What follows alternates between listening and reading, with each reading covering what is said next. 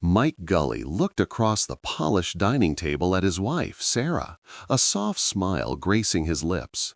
The candlelight flickered, casting a warm glow on her face as she recounted a humorous anecdote from her day at Sterling Enterprises.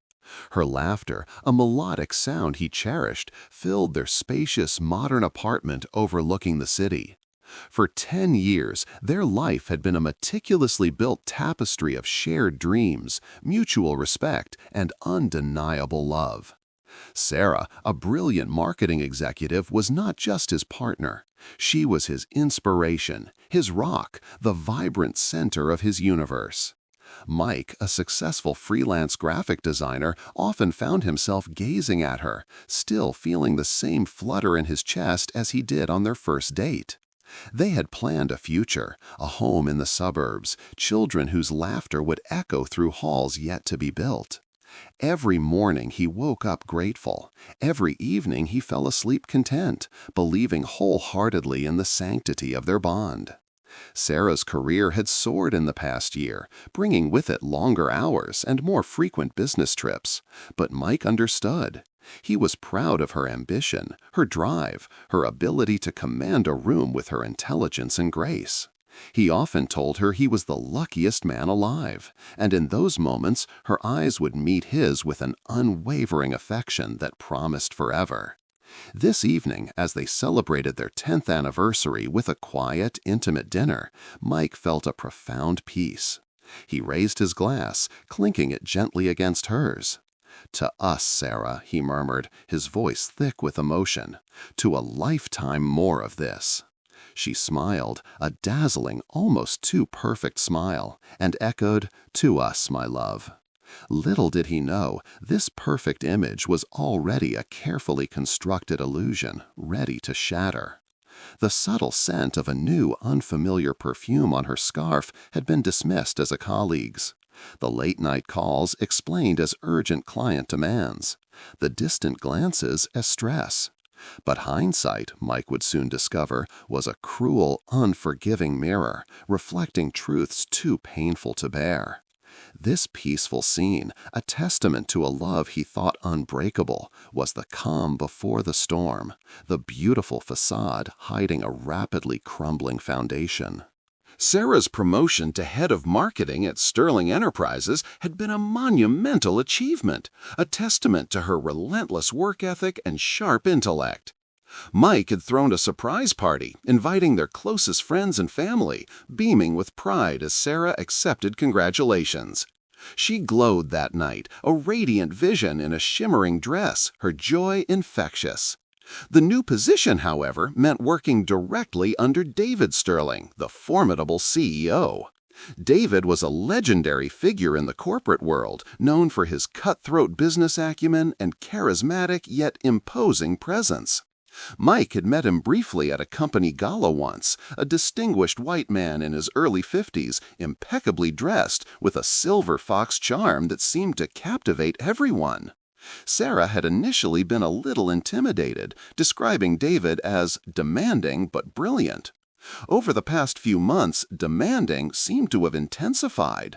She now worked longer hours, often returning home well past midnight, her explanation always the same: critical projects, tight deadlines, David's expectation of absolute commitment. Mike, ever supportive, would have hot meals waiting, listen patiently to her updates, and offer encouraging words. He brushed aside the growing exhaustion in her eyes, the subtle tension in her shoulders, attributing it to the immense pressure of her new role. "You're doing amazing, babe," he'd say, massaging her temples. "Just don't burn yourself out." Sarah would smile weakly, sometimes seeming distant, her thoughts miles away. He remembered her once commenting on David's intense, almost possessive gaze during a team meeting, describing it as unnerving, but a sign of his focus. Mike had laughed it off, advising her to see it as a compliment, a recognition of her talent. In his mind, their marriage was an impenetrable fortress, built on trust and devotion. He couldn't conceive of any external force capable of breaching its walls, certainly not a corporate titan like David Sterling, who was, after all, a married man with a family. The idea was preposterous, a fleeting, irrational thought swiftly dismissed. The subtle shifts in Sarah's routine began to accumulate, like grains of sand slowly altering a landscape. The late nights became more frequent, blurring the line between exception and norm. Her phone, once an open book, was now her constant companion, always face down, always within reach, often disappearing into her purse even when she just stepped into the next room.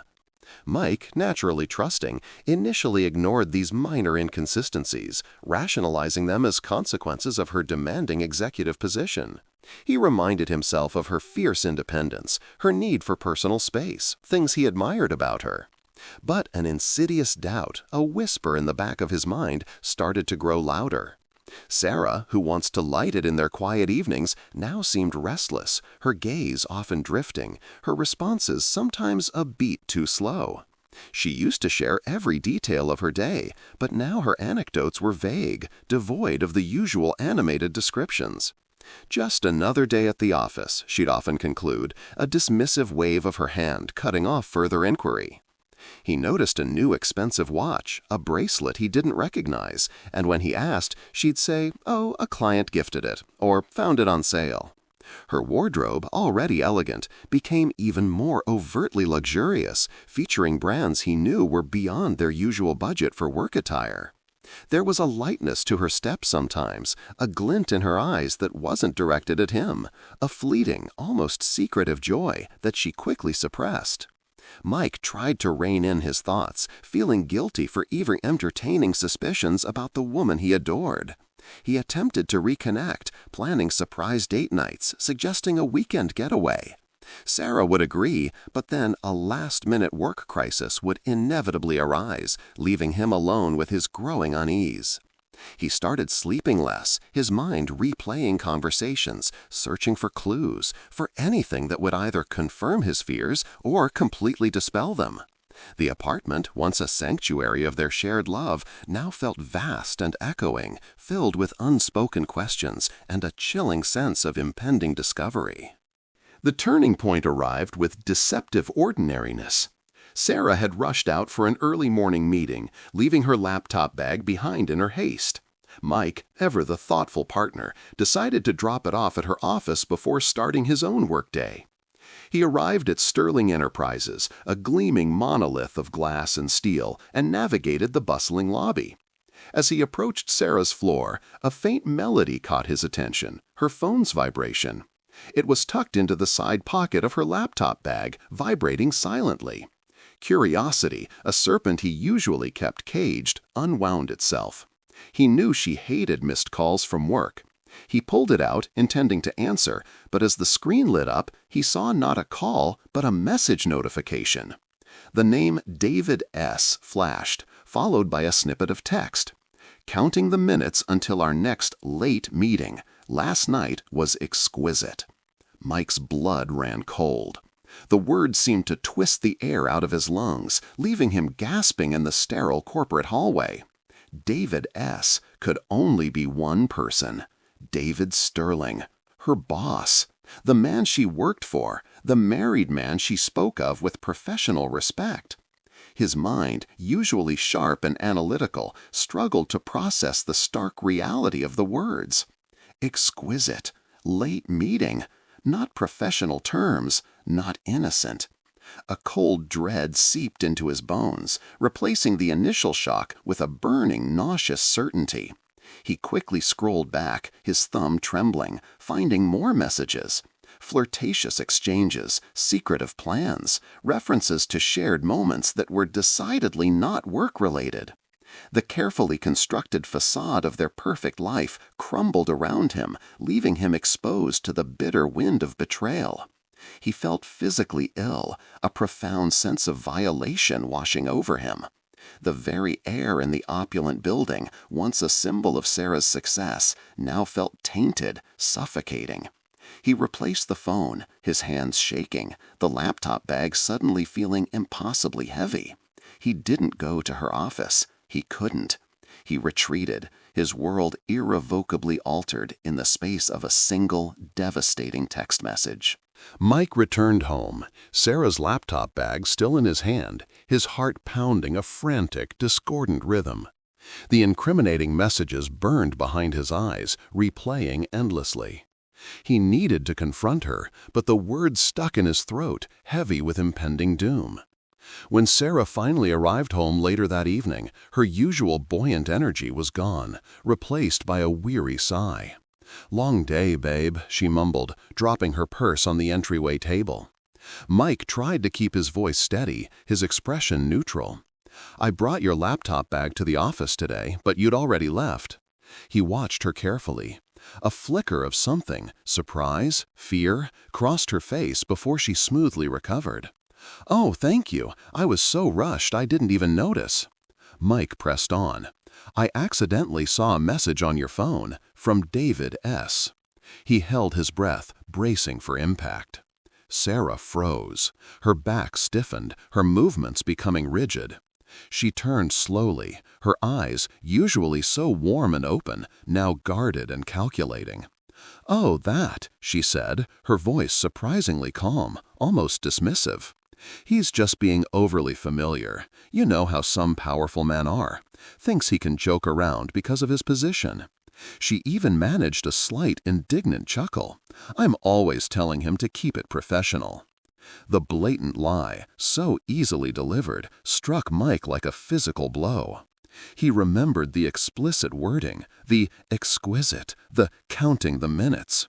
This was no overly familiar joke. This was calculated deception. He wanted to scream, to throw the phone in her face, but a deeper, more chilling instinct stopped him. He needed more than just a gut feeling. He needed undeniable proof, something she couldn't dismiss with a practiced smile. He merely nodded, feigning acceptance, a chilling calmness settling over him. "Right," he said, his voice flat. "Just making sure you're comfortable. You know how much I hate seeing you uncomfortable at work." Sarah relaxed visibly, a grateful smile replacing her defensiveness. "You're the best, Mike," she said, leaning in for a quick kiss, a kiss he now found himself recoiling from internally. The interaction left Mike with a sickening certainty. She was lying. Not just a white lie, but a deep, insidious deception. The unease that had been a whisper was now a roar, echoing in the hollow space where his trust used to be. The game had changed. He wasn't just a husband with doubts. He was a man deceived, and he would not rest until the truth, raw and unvarnished, was exposed. The deceptive calm of Sarah's deflection shattered any remaining shards of Mike's trust. That night, as Sarah slept peacefully beside him, Mike lay awake, the ceiling patterns swimming before his eyes, each shadow a monster of suspicion. The weight of betrayal was suffocating, a physical pressure on his chest. He knew, with an agonizing certainty, that his wife was having an affair. The emotional pain was immense, a sharp, searing wound. But beneath the heartbreak, a steely resolve began to form. He wouldn't confront her yet, not without undeniable proof, proof that she couldn't twist or deny. He owed it to himself and to the years of devotion he had poured into their marriage to know the full, unvarnished truth. His initial reaction was a whirlwind of primal rage, a desire to shatter everything in sight, to expose their sordid secret in the most public and humiliating way possible. But Mike was a methodical man, a graphic designer who meticulously planned every detail of his projects. This crisis, he realized, required the same precision. He began to think like a detective, suppressing his emotions, focusing on logic. How could he gather irrefutable evidence? What tools did he possess? He thought about her schedule, her phone, her habits. He felt dirty, a voyeur in his own life, but the alternative, living in a gilded cage of lies, was even more unbearable. He felt a profound sense of loss, mourning the end of the blissful ignorance, the demise of the woman he thought he knew. The Sarah he adored had been an illusion, a character in a play, expertly performed. The real Sarah, the one who could lie so effortlessly, was a stranger. This realization was more painful than the affair itself. He made a silent vow. He would uncover every hidden corner of her deceit, and then he would make them pay. His revenge wouldn't be impulsive. It would be meticulously crafted, a masterpiece of justice delivered with cold, calculated precision. The quiet investigation began. Mike's surveillance began subtly, a series of seemingly innocuous inquiries and observations. He noted Sarah's erratic schedule, the vague excuses, the sudden late-night emergencies. One Tuesday, she announced a mandatory off-site strategy session that would run late. Mike, feigning understanding, told her to take her time, that he'd order takeout. Instead, he grabbed his keys, a discreet camera he'd bought online, and followed her. He trailed her sleek black sedan through the labyrinthine city streets, his heart hammering against his ribs, a sickening cocktail of dread and anticipation churning in his stomach. She didn't drive to an office park or a hotel conference room. Instead, she pulled into the parking lot of a discreet, upscale boutique hotel on the outskirts of town, a place known more for its privacy than its corporate events. Mike parked several blocks away, his hands gripping the steering wheel so tightly his knuckles turned white. He watched as Sarah, looking radiant and confident in a striking red dress he hadn't seen before, exited her car. Moments later, David Sterling's luxury SUV pulled up. David, looking suave and debonair, emerged, a possessive smile on his face. Their eyes met, a shared intimacy passing between them that confirmed Mike's worst fears. David reached for Sarah's hand, his fingers intertwining with hers, and together they walked into the hotel, their bodies close, their hushed laughter carried on the evening breeze. Mike raised his camera, his hands trembling slightly, but he forced himself to hold it steady. Click, click, click. Each photograph felt like a shard of glass piercing his soul, documenting the destruction of his world. He zoomed in, capturing the undeniable affection in their body language, the illicit thrill in their eyes. The pain was excruciating, a raw, gaping wound. But with each click, the images also fueled a cold, hard rage, crystallizing his resolve. This was it, the irrefutable proof. The moment his life as he knew it shattered into 1,000,000 pieces. The man he respected, the woman he loved, caught in a sordid dance of betrayal. He felt no tears, only a chilling emptiness and a fierce, unyielding thirst for retribution. Mike drove home on autopilot, the city lights blurring into streaking tears that weren't his own, but rather a reflection of his shattered perception. The camera, clutched in his hand, felt like a lead weight, holding the damning images of his ruined life. He parked the car, but couldn't bring himself to go inside. He just sat there, the silence of the vehicle amplifying the cacophony of his internal world. His mind replayed the scene at the hotel entrance. Sarah's radiant smile, David's possessive touch, the undeniable intimacy. The betrayal was a living thing, clawing at his insides, tearing at the fabric of his sanity. He felt physically sick, a gnawing emptiness in his stomach. The carefully constructed memories of their 10 years together, the shared jokes, the tender moments, the promises whispered in the dark, now felt tainted, a cruel charade. Had it all been a lie? Was the woman he loved, the woman he thought he knew better than anyone, capable of such profound deceit? The rage began to simmer beneath the surface, a dangerous heat threatening to consume him. He wanted to scream, to punch something, to unleash the torrent of fury that coursed through his veins. But a part of him, the methodical, strategic part, knew that raw emotion would only lead to a messy, unsatisfying outcome. This wasn't just about anger. It was about justice. It was about making them feel a fraction of the pain they had inflicted upon him. The heartbreak was a crushing weight, yes, but it was slowly hardening into an unyielding resolve. He thought of David Sterling, the powerful, respectable CEO, a man with a wife and family, now revealed as a hypocrite and a homewrecker. And Sarah, his Sarah, who had betrayed their sacred vows with such cold indifference. He looked at his hands, seeing not a victim, but an avenger. The initial shock gave way to a cold, calculated clarity. Tears, if they came, would come later.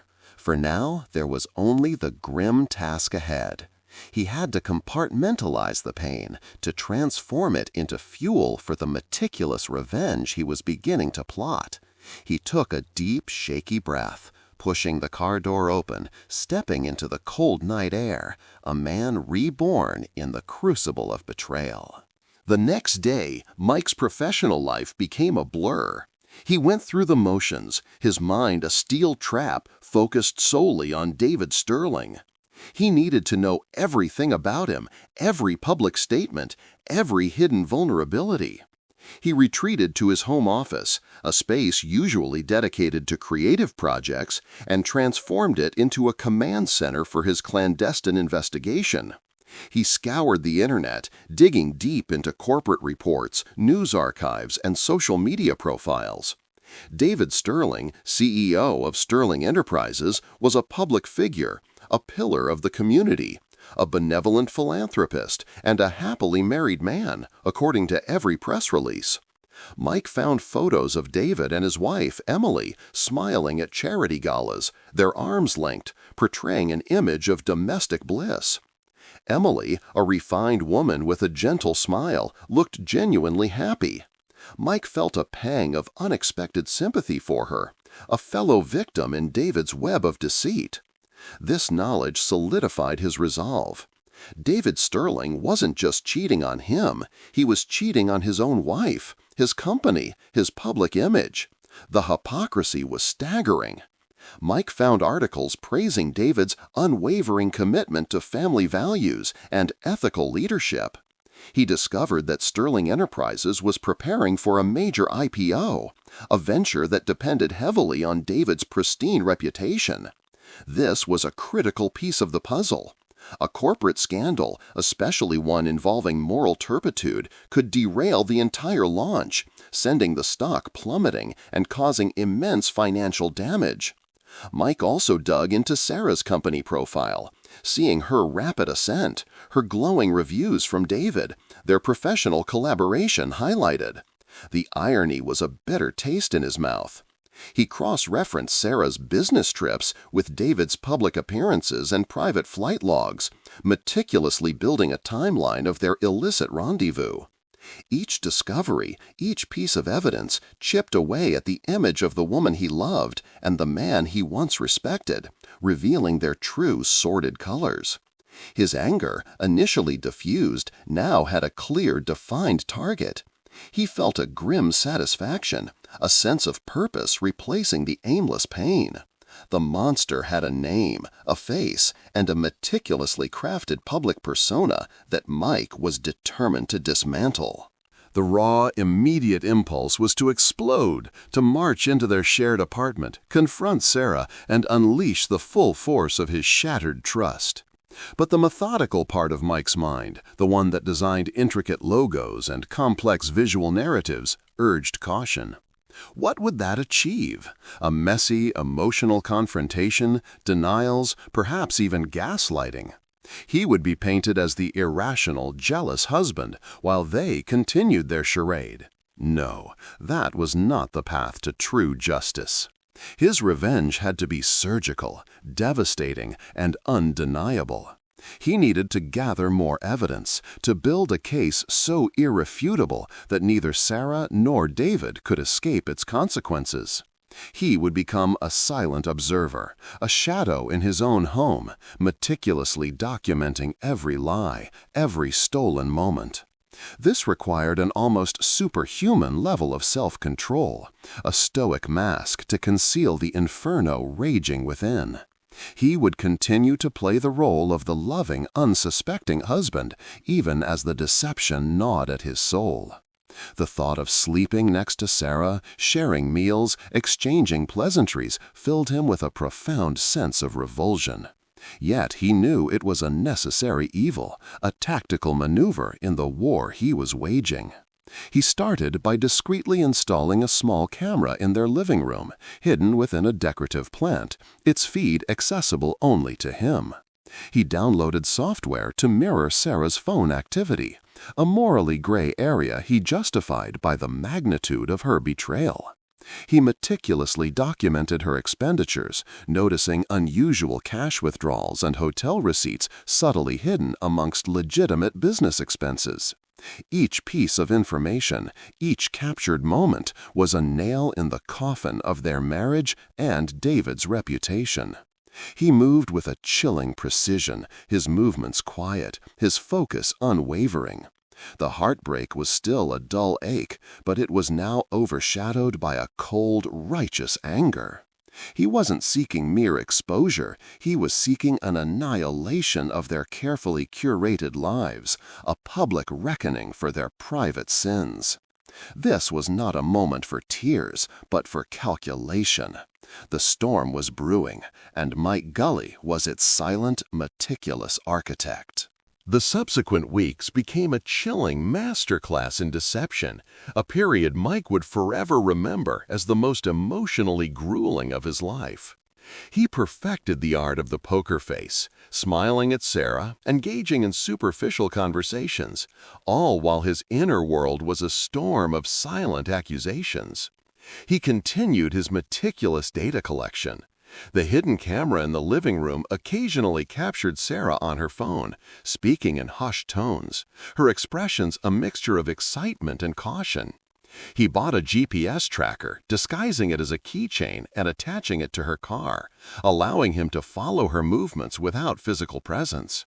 He learned her routine, the secret rendezvous points, the times she would meet David Sterling.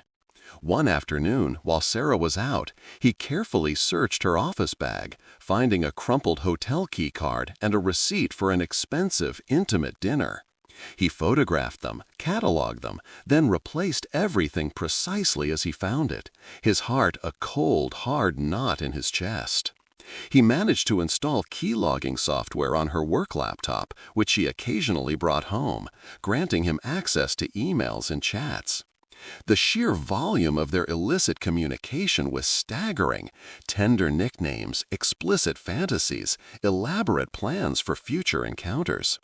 Each new piece of evidence was a fresh wound, but also a new weapon. The emotional pain was constant, a dull throb beneath his stoic exterior. He felt like a ghost in his own life, watching the decay of his marriage from an unbridgeable distance. He maintained his exercise routine, turning his workouts into a release for his suppressed rage, the physical exertion a temporary escape from the mental anguish. He ate little, slept less, his body lean and tense, fueled by an almost pathological need for justice. The man he once was, a loving, trusting husband, was slowly being chiseled away, replaced by a strategist, a collector of truth, hardened by betrayal. He was building his case, piece by agonizing piece, a fortress of undeniable facts, preparing for the day of reckoning. Maintaining the facade of a happily married man while simultaneously orchestrating the downfall of his wife and her lover was an act of profound psychological endurance.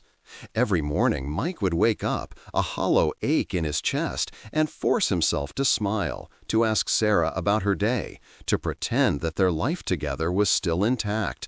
He'd cook breakfast, share a cup of coffee, and engage in small talk, all the while knowing the intimate details of her betrayal thanks to the data streaming into his hidden files. The effort was exhausting, a constant drain on his emotional reserves. Sometimes Sarah would reach for his hand or offer a tender word, and for a fleeting second the old Mike would resurface, yearning for the comfort of their past love. But then the images of the hotel, the text messages, David Sterling's smirk would flash in his mind, and the walls would snap back up, cold and impenetrable. He felt a profound sense of loneliness, isolated by the terrible knowledge he carried. He couldn't confide in friends or family. The secret was too heavy, too destructive to share prematurely. The burden of this silent war was his alone. He would often find himself staring blankly at his design projects, unable to focus, his creativity dulled by the pervasive grief and anger. He would take long, solitary walks through the city, hoping the urban sprawl would absorb his pain, but it clung to him like a second skin. He observed Sarah's demeanor. Sometimes she seemed genuinely happy, almost giddy. Other times she was withdrawn, perhaps battling her own guilt, though Mike doubted it. He began to see her with clinical detachment, analyzing her actions, searching for tells, for cracks in her own facade. He was no longer just her husband. He was her silent judge, her executioner, watching her dance unknowingly on the precipice of her own destruction. This period of quiet suffering sharpened his resolve, transforming his raw emotions into a cold, calculated precision. The pain was still there, a constant companion, but it was now a controlled burn, fueling his relentless pursuit of justice. The clandestine nature of Mike's investigation naturally led to moments of extreme tension and near discovery. One evening, Sarah left her phone on the kitchen counter while taking a shower. Mike, seizing the opportunity, quickly connected it to a portable device to download any recent messages or call logs that hadn't yet synced to his mirroring software. His fingers flew across the keyboard, a nervous energy thrumming through him. He was deeply engrossed, focused on extracting the data, when he heard the bathroom door creak open. His heart leaped into his throat. Sarah was singing, blissfully unaware, but her footsteps were approaching the kitchen. Panic flared. He yanked the cable, shoved the device into his pocket, and slid the phone back into its original spot, all in a matter of seconds. He whirled around just as Sarah, wrapped in a towel, her hair damp, entered the kitchen. "Hey," she said, her voice bright, "what are you doing? Something smells good." Mike's mind raced. He had been so focused that he hadn't noticed the simmering pot of pasta sauce on the stove, which he had deliberately started earlier as a diversion. "Oh, just checking on the sauce," he managed, his voice a little too high, his palms sweating. "Almost ready." Sarah walked past him, opened the fridge, and poured herself a glass of water, completely oblivious to the near miss. "Great," she yawned. "I'm starving. Long day."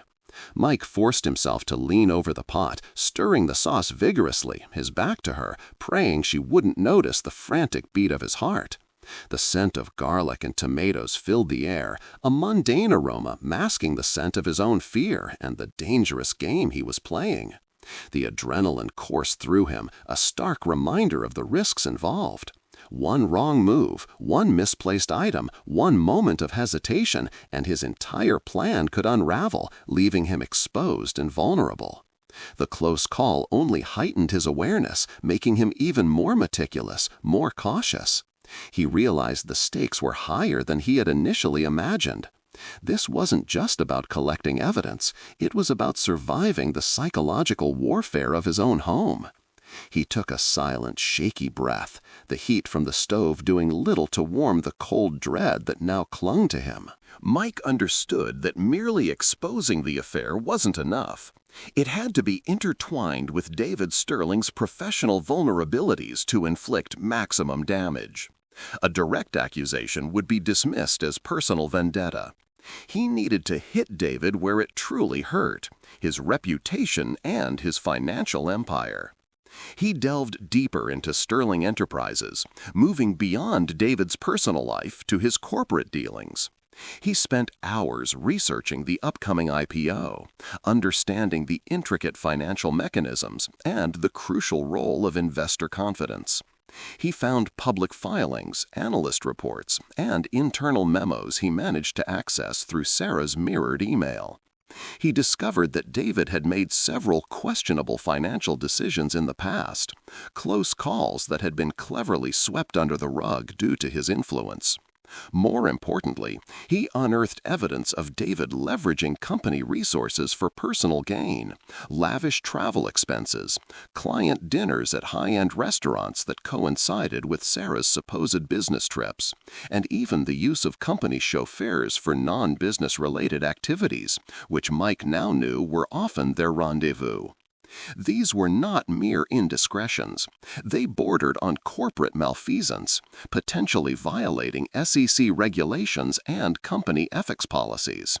The affair, while morally reprehensible, could be spun as a private matter, but financial misconduct, tied to a senior executive and happening right before a critical IPO, was a death blow. Mike realized that the affair wasn't just a personal betrayal. It was a symptom of David Sterling's larger ethical rot, a hubris that made him believe he was above the rules. He began to compile these findings into a separate, highly organized dossier, cross-referencing dates and expenditures with the affair's timeline. He even found subtle hints in some of Sarah's emails about how David would massage the expense reports, a detail that now took on chilling significance. The cold precision of his research gave him a perverse satisfaction. He wasn't just seeking revenge, he was uncovering systemic corruption. His plan began to crystallize, a multi-layered attack designed to strip David Sterling of everything he held dear: his power, his wealth, and his carefully constructed public image. Months had passed since Mike first stumbled upon Sarah's incriminating text message. The initial shock had hardened into a cold, precise determination. His home office, once a space for creative design, was now a war room. Every piece of evidence, painstakingly collected, was organized into a comprehensive digital dossier and a backup physical binder. Photos and videos of Sarah and David at the hotel, timestamps proving their illicit rendezvous, encrypted chat logs filled with their private fantasies, detailed expense reports revealing David's misuse of company funds, cross-referenced with Sarah's travel schedule, even GPS data from her car confirming her secret excursions. It was a crushing weight of undeniable proof, a testament to months of sleepless nights, suppressed emotions, and methodical observation. Mike scrolled through the compiled evidence, his heart a mixture of grim satisfaction and profound sorrow. The Sarah he had loved, the woman who had shared his dreams, was irretrievably lost, replaced by the image of the deceitful stranger captured in these files. He felt no triumph, only a chilling emptiness and a sense of absolute finality. The process had consumed him, transforming him from a trusting husband into a silent, relentless hunter. He had walked a tightrope of emotional control, maintaining a facade of normalcy at home while meticulously building the case that would shatter his own life and theirs. Each piece of evidence was a scar, a permanent reminder of the betrayal. He now understood David Sterling's vulnerabilities perfectly: the upcoming IPO, the carefully cultivated image, the desperate need to maintain an appearance of impeccable ethics. He had all the ammunition he needed. The weight of the dossier in his hands felt like a burden, yet also a source of immense power. The time for silent observation was over. The time for strategic planning had arrived, followed by the inevitable execution. He looked at his reflection in the darkened computer screen, seeing a man hardened, changed irrevocably by the fire of betrayal, ready to unleash the storm he had so patiently brewed. With the dossier complete, Mike entered the next phase: strategy. He closed the binder, the thud echoing the finality of his decision. Divorce, while necessary, was too simple, too quiet. It wouldn't bring the profound justice he craved. He wanted not just to end his marriage, but to dismantle their carefully constructed lives, to expose their hypocrisy to the world, to make them feel the public shame and professional ruin they so richly deserved. His revenge wouldn't be a vengeful outburst. It would be an act of calculated annihilation. He considered several paths. A direct leak to the media? Too sensational, too easily dismissed as a bitter husband's rant, potentially damaging his own reputation in the fallout. An anonymous tip to David's company? Effective for David, but what about Sarah?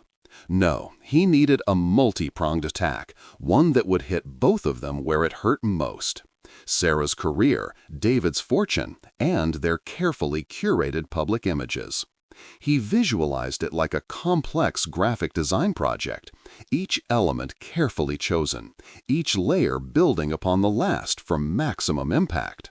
He needed to ensure his own position was protected, that he emerged not as a vindictive spouse, but as a victim seeking justice. He researched legal precedents, confidentiality clauses in corporate employment contracts, and the intricacies of public relations crises. He considered how Emily Sterling, David's unsuspecting wife, fit into this equation. Was she a collateral casualty or a potential ally? He decided she was the latter, another victim wronged by David's deceit, a crucial lever in his strategic plan. The idea of her discovering the truth from him rather than through public scandal felt like a moral obligation. He would spare her the indignity of a blindside, allowing her some agency in her own heartbreak. His anger had cooled, replaced by a chilling clarity, a resolve so potent it felt like a physical force. The pain of betrayal still lingered, a constant reminder, but it was now merely background noise to the symphony of his meticulous plan. This was no longer just about anger. It was about reclaiming his dignity, his peace, and ensuring that those who had wronged him faced a reckoning proportionate to their crimes. Mike now immersed himself in the labyrinthine world of corporate governance and legal intricacies. He wasn't just planning revenge. He was orchestrating a legal and public relations nightmare for David Sterling and, by extension, Sarah. He researched whistleblower protections, corporate ethics policies, and the potential for a hostile takeover if a CEO's reputation was severely compromised. He spent hours on legal forums, consulting with anonymous online legal experts about the best way to present his evidence without opening himself up to defamation lawsuits. He knew David Sterling had deep pockets and powerful connections, and any misstep could lead to devastating countersuits. He realized his approach had to be foolproof, airtight. He considered the impending IPO of Sterling Enterprises. A scandal before such a significant financial event could wipe out billions, potentially even collapse the company. This was the ultimate leverage. He began crafting a series of carefully worded, anonymous emails and documents designed to pique the interest of specific journalists known for their investigative prowess, as well as regulatory bodies like the SEC.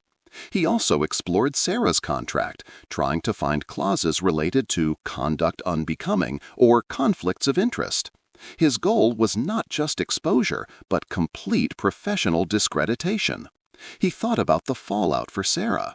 She would lose her job, her reputation, possibly her entire career. The thought didn't bring him joy, only a cold, detached sense of justice. She had made her choices, and now she would face the consequences. He meticulously cross-referenced potential targets for his information: specific board members, influential investors, prominent journalists who valued ethical reporting over sensationalism. He knew the impact would be exponential if the scandal started from within the company's inner circle before spilling into the public domain. Every piece of information, every strategic move was carefully considered, weighed against the potential risks and rewards. He was building not just a case, but a cascade, a domino effect designed to bring down the pillars of David Sterling's empire. The master plan, meticulously refined over weeks of relentless research, was now complete. It was a multi-stage operation designed for maximum impact and minimal direct personal exposure for Mike. First, a series of anonymous tips, carefully crafted and devoid of personal bias, would be sent to key figures within Sterling Enterprises. Specific board members, the head of HR, and a few influential shareholders known for their strong ethical stances. These tips would highlight questionable financial decisions made by David Sterling, tying them subtly to the company's resources being diverted for undisclosed personal expenses. The hints would be just enough to spark internal investigations, creating doubt and suspicion within the corporate structure. Second, Mike planned a strategic leak to a respected financial journalist known for her integrity and deep-dive investigations into corporate misconduct. This leak would include a portion of the financial evidence carefully anonymized, painting a picture of potential fraud and misuse of company funds without explicitly mentioning the affair yet. This would create a public buzz, forcing Sterling Enterprises to respond. Third, once the corporate storm began to brew, Mike would then unleash the personal evidence, the photographs, the chat logs, the GPS data, to a prominent gossip blog or a well-known media outlet, specifically targeting the public image of David Sterling as a family man and ethical leader. This would be the final devastating blow, intertwining the corporate scandal with moral turpitude, making it impossible for either David or Sarah to recover their reputations. Finally, the critical and most sensitive step: directly contacting Emily Sterling. He would present her with the undeniable proof of her husband's affair, not to gloat, but to offer her the truth, allowing her to make her own informed decisions. Mike had drafted every email, every cover letter, every script for potential conversations, anticipating every possible reaction. He even had a contingency plan if any part of his scheme went awry. The pain of the betrayal remained, a dull ache in his chest, but it was now almost entirely overshadowed by the cold satisfaction of watching his complex web of retribution slowly take shape. He was ready. As the master plan neared execution, Mike understood the profound personal cost. This was not a path to a quick fix or easy resolution. Exposing Sarah and David would inevitably shatter his own life, publicly and privately. He would become a public figure in a scandal he abhorred, his private pain laid bare for judgment. He spent days contemplating the fallout. The inevitable divorce proceedings, the division of assets, the loss of their shared home, the questions from friends and family, the potential for public ridicule. He knew his reputation would take a hit, regardless of his innocence, simply by being entangled in such a messy affair. He envisioned Sarah's reaction, her anger, her tears, her inevitable attempts to discredit him. He prepared himself for the accusations, for her twisting of the narrative. He knew she would paint him as a jealous, vindictive spouse, even with irrefutable evidence. He also anticipated David Sterling's powerful legal team coming after him, trying to silence him, to bury the truth. He reinforced his legal research, making sure his actions, while morally justified, remained within legal bounds. He took steps to safeguard his own finances, transferring funds, securing important documents. He informed his closest freelance clients that he might be taking a temporary hiatus, offering vague explanations about personal matters. He visited his parents, offering a carefully constructed version of marital strain, preparing them for the inevitable shockwaves without revealing the full, devastating truth. He wanted to protect them from the ugliest parts of the scandal, knowing they would be deeply hurt by Sarah's betrayal. The emotional toll was immense. He felt a profound weariness, a sense of grief for the future that would now never be. The man who had once dreamed of a quiet life with Sarah was now a warrior, steeled for battle. He looked at old photos of them together, remembering the innocent joy, the genuine smiles. A tear finally escaped, tracing a lonely path down his cheek. This was the last moment for sentimentality. Tomorrow, the war began. He took a deep breath, the cold air filling his lungs, steeling himself for the inevitable storm. The dawn of the day of reckoning arrived with a heavy gray sky, mirroring the somber mood within Mike. He dressed in simple, dark clothing, a symbolic armor for the battle ahead. His mind was a vortex of suppressed emotions, but his actions were precise, almost mechanical. He sat at his computer, the cursor hovering over the send button, his finger trembling slightly. This was the point of no return. His first move was a series of meticulously crafted, anonymous emails sent to key members of Sterling Enterprises' board of directors and the head of corporate ethics. These emails contained fragmented but highly suggestive financial data from David Sterling's expense reports, enough to raise red flags about potential misuse of company funds without explicitly mentioning the affair. Mike knew these individuals, renowned for their discretion, would launch an internal investigation first, preferring to handle any crisis quietly before it spilled into public view. He had included just enough detail, just enough specific dates and amounts to make the claims undeniable, but not so much that his source could be easily traced.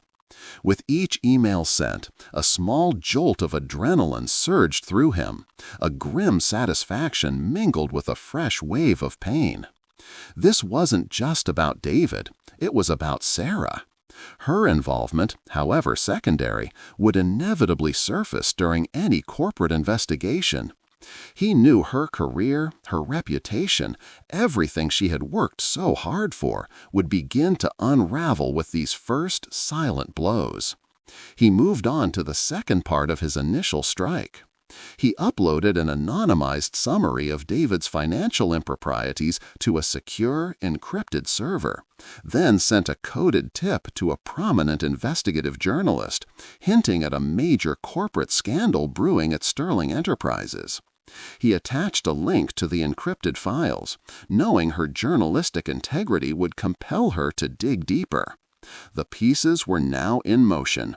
The first dominoes had fallen. The silence in his apartment was deafening, yet he could almost hear the distant rumblings of the approaching storm. There was no going back now. Within days, the first subtle tremors of Mike's meticulously planned earthquake began to ripple through Sterling Enterprises. Mike, maintaining his facade of normalcy at home, observed Sarah with heightened scrutiny. He noticed the sudden, hushed phone calls she took, often retreating to another room, her voice low and anxious. She began to stay late at the office again, but this time her exhaustion seemed tinged with a new kind of stress, a nervous energy rather than simple fatigue. David Sterling's name, once a constant presence in her work anecdotes, became conspicuously absent. He used his access to her mirrored emails to see the increasing number of internal communications about audits and expense report reviews circulating amongst senior management. The anonymous tips had landed. The internal investigation had begun. The corporate world, a shark tank of ambition and power, was now circling David Sterling. Mike tracked online financial news and gossip blogs with hawk-like precision. He noted a few cryptic mentions, hints from unnamed sources about trouble brewing at Sterling Enterprises, speculating on leadership changes or a delay in their IPO. The journalist he tipped off was clearly digging. He could almost feel the collective unease spreading through the company, a subtle shift in the corporate atmosphere. He even saw a fleeting mention of Sarah's department being asked to provide additional documentation for past project expenses, a direct consequence of his initial financial leaks. Sarah, typically composed, occasionally snapped at trivial things, her nerves clearly frayed. She spent more time staring blankly at her phone, her brow furrowed, a restless energy about her. Mike offered her comforting words, playing the role of the concerned husband, while internally he felt a chilling satisfaction.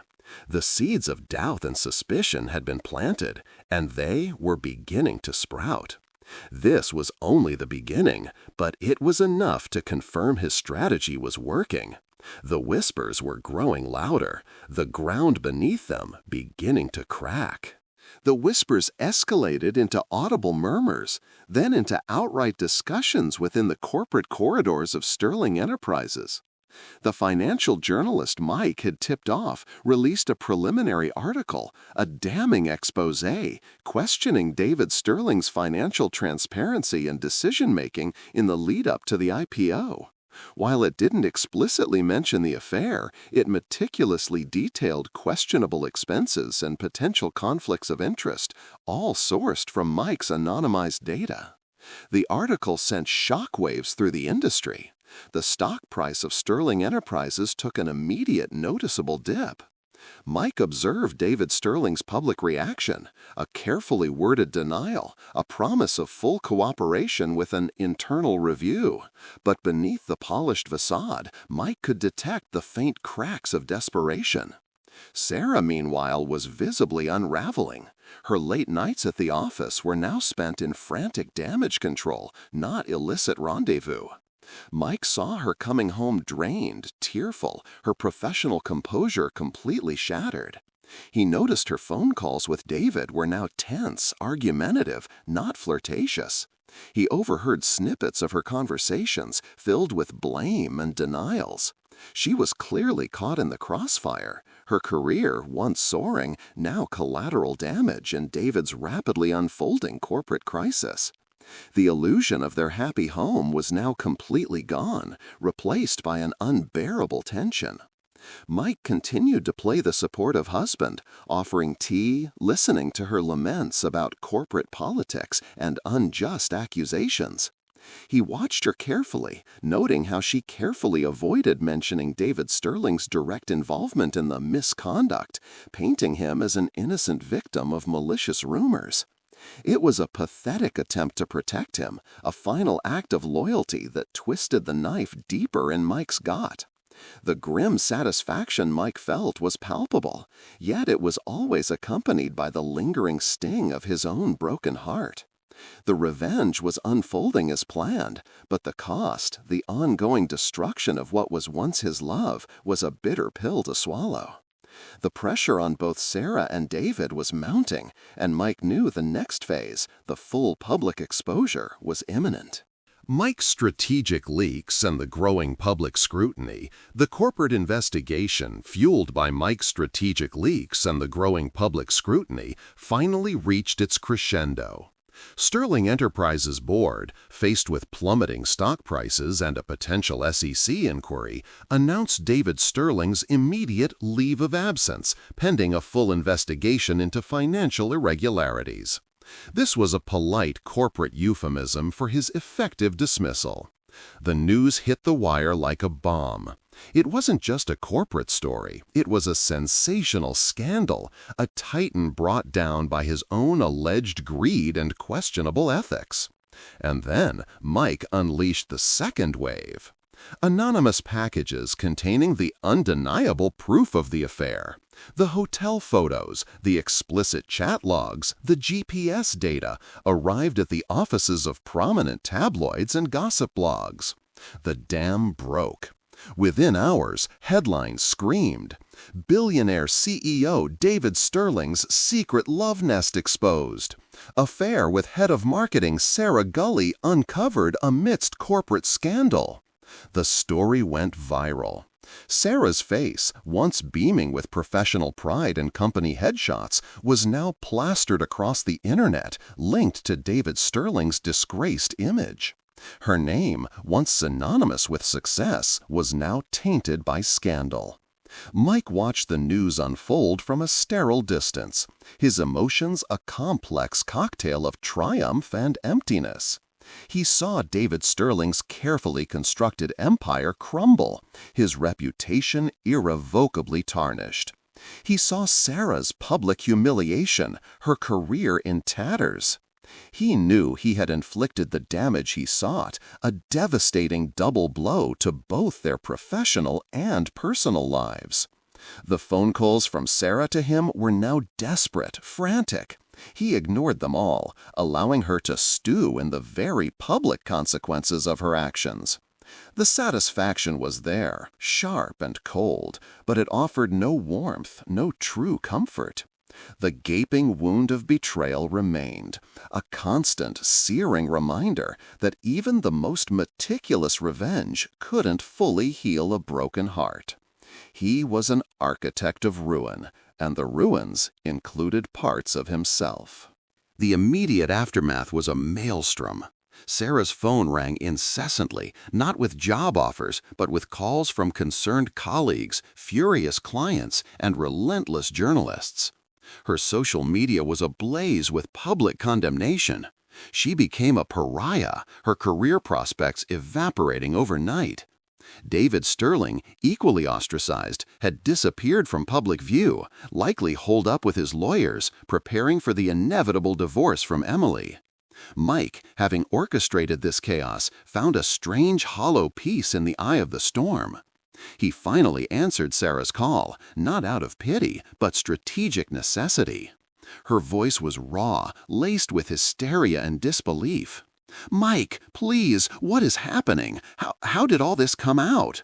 He kept his voice devoid of emotion, a cold, steady monotone. "You know how, Sarah. You made your choices." "No, you did this, didn't you? You ruined everything," she shrieked, her voice breaking. "You betrayed me first," Mike retorted, his voice finally betraying a hint of his simmering rage. "You betrayed our vows, our trust, our entire life together." He listened as she sobbed, begging, pleading for his understanding, for forgiveness, for him to make it stop. She tried to justify her actions, blaming David's charm, the pressure of her job, even implying Mike's supposed emotional distance had pushed her away. Every word was a fresh insult, another layer of deceit. "You don't understand," she wailed. "It wasn't real love. It was an escape, a mistake." Mike's voice cut through her pleas, sharp and unwavering. "A mistake? You risked everything we built for an escape? You chose to desecrate our marriage, Sarah, not by accident, but with deliberate, calculated choices, month after month." He hung up, the finality of the click echoing in the silent apartment. There was no going back, no reconciliation, no forgiveness. The bridge was burned, the illusion shattered. He felt a profound sense of closure, but not relief. The emptiness remained, a stark reminder of the depth of her betrayal. He had won the war, but the scars would last a lifetime. This phone call was not about healing. It was about laying bare the unvarnished truth, for her to finally taste the bitterness of her own choices. The most difficult, yet arguably most crucial step of Mike's plan was contacting Emily Sterling. He knew this interaction required a delicate touch, not a vengeful exposé, but a shared moment of sorrow. He found her contact information through his research and sent a simple anonymous email, requesting a private meeting, hinting at sensitive information regarding her husband. Emily, intrigued and perhaps already suspicious from the public scandal, agreed to meet at a quiet, neutral coffee shop. Mike arrived early, his heart heavy. When Emily Sterling, a woman of elegant bearing but with a profound sadness in her eyes, walked in, Mike felt a surge of unexpected empathy. She was another victim, her world also shattered by David's deceit. He introduced himself and then, without preamble, laid out the evidence. He handed her a discreet tablet displaying the photographs, the chat logs, the expense reports, the unvarnished truth of her husband's infidelity and financial misconduct. Emily listened in stunned silence, her face slowly draining of color as she scrolled through the images, her eyes welling with tears. A gasp escaped her lips, a small choked sound of utter disbelief and heartbreak. I can't believe this," she whispered, her voice trembling. He always said he loved me." Mike watched her, offering no judgment, only a quiet understanding. "He loved his image, Mrs. Sterling, not you, not me, not anyone but himself." He explained his own story, his own betrayal, the months of silent suffering. He emphasized that his actions were not intended to hurt her, but to seek justice against a man who had betrayed two families. Emily looked at him, her eyes red-rimmed, but now also alight with a steely resolve. The initial shock gave way to a quiet, controlled anger. "Thank you, Mr. Gully," she said, her voice firmer. "Thank you for showing me the truth." In that moment, a strange alliance was forged, not of friendship, but of shared grievance and a mutual desire for justice. They were two broken people, brought together by the deceit of one man and the betrayal of another woman. Mike had offered her the truth, and in return, he gained an ally, a witness, and a confirmation that his fight for justice was righteous. The aftermath of the full public exposure was a wreckage. David Sterling's career was completely annihilated. The board of Sterling Enterprises, facing shareholder lawsuits and a public outcry, forced his resignation. His once impeccable reputation was now synonymous with corporate greed and sexual impropriety. Emily Sterling filed for divorce, citing irreconcilable differences and presenting Mike's evidence in court, ensuring David's financial comeuppance was as swift as his professional downfall. Sarah, too, faced the full brunt of public scorn. Her name was irrevocably linked to the scandal, making her virtually unemployable in her industry. Her once glowing professional network evaporated, replaced by a wall of silence. She lost her job, her professional identity, and soon her home. Mike watched from a distance, observing the consequences of their actions. The elegant apartment they once shared now felt cold and empty, a monument to their fractured dreams. Sarah had moved out, unable to bear the weight of his presence, the unspoken accusations that hung in the air. Their divorce proceedings were swift, clinical, and devoid of emotion. Mike ensured he received a fair settlement, but the monetary gain offered little solace. He wasn't motivated by greed, but by justice. He saw Sarah occasionally, a fleeting glimpse in a grocery store, a chance encounter in a park. She looked gaunt, her once vibrant spirit dimmed, her eyes holding a deep, lingering regret. There was no triumph in his heart, only a profound sense of loss for the woman he had loved, for the future they had planned. He had successfully dismantled their lives, yes, but the collateral damage was his own peace of mind. He was still Mike Gully, but a fundamentally changed man, scarred by the brutal reality of betrayal. The wreckage was complete, and he was left to navigate the debris, searching for a new path, a new definition of himself beyond the pain and the triumph of revenge. The divorce from Sarah was finalized with little fanfare, a quiet, almost anticlimactic end to a 10-year marriage. Mike signed the papers, feeling a strange mix of relief and profound melancholy. The act of severing the legal ties didn't erase the emotional scars. He now owned the apartment outright, but the memories of their shared life clung to every wall, every piece of furniture. It was a victory, undeniably, but a hollow one. The taste of revenge, once so sought after, now felt like ash in his mouth. He had inflicted the damage he intended, seen them both fall, but it hadn't brought him the peace he craved. The anger had subsided, replaced by a lingering sadness and a profound weariness. He realized that while revenge could dismantle, it couldn't rebuild. He needed to find a way to heal, to move beyond the trauma, to rediscover himself as something more than just the betrayed husband. He started small. He began to declutter the apartment, not just physically, but symbolically. He packed away Sarah's belongings, not with malice, but with a quiet dignity, ready to let go of the past. He redecorated his home office, removing the screens filled with David Sterling's corporate reports and replacing them with fresh canvases, new design tools. He started taking on new freelance projects, pouring his creative energy into positive outlets, slowly rediscovering his passion for art. He began therapy, acknowledging the deep emotional wounds he had sustained. It was a slow, arduous process, but he was committed to healing. He knew he deserved a future free from the shadow of betrayal. The path ahead was uncertain, but for the first time in a long time, he felt a faint flicker of hope, a nascent desire to embrace life again. The revenge had served its purpose, a necessary, painful cleansing. Now it was time for reconstruction.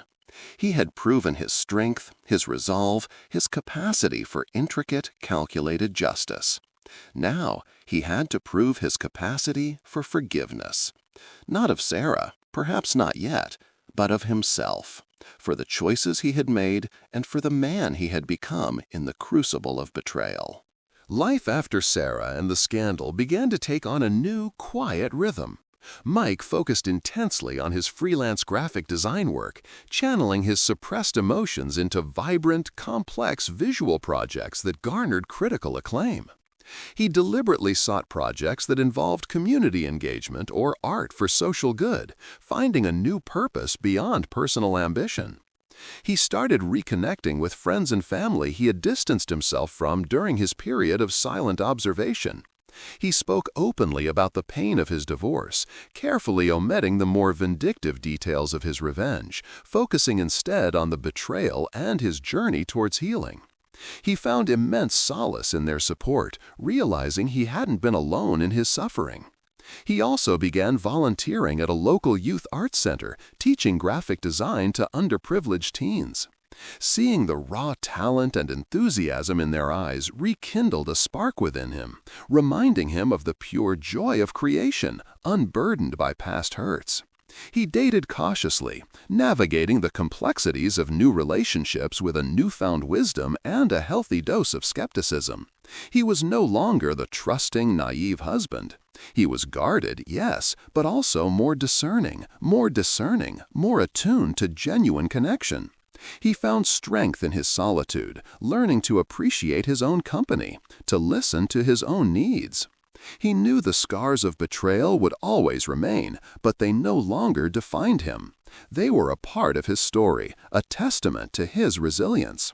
He started running marathons again, pushing his physical limits, finding catharsis in the grueling training and the triumphant crossing of the finish line.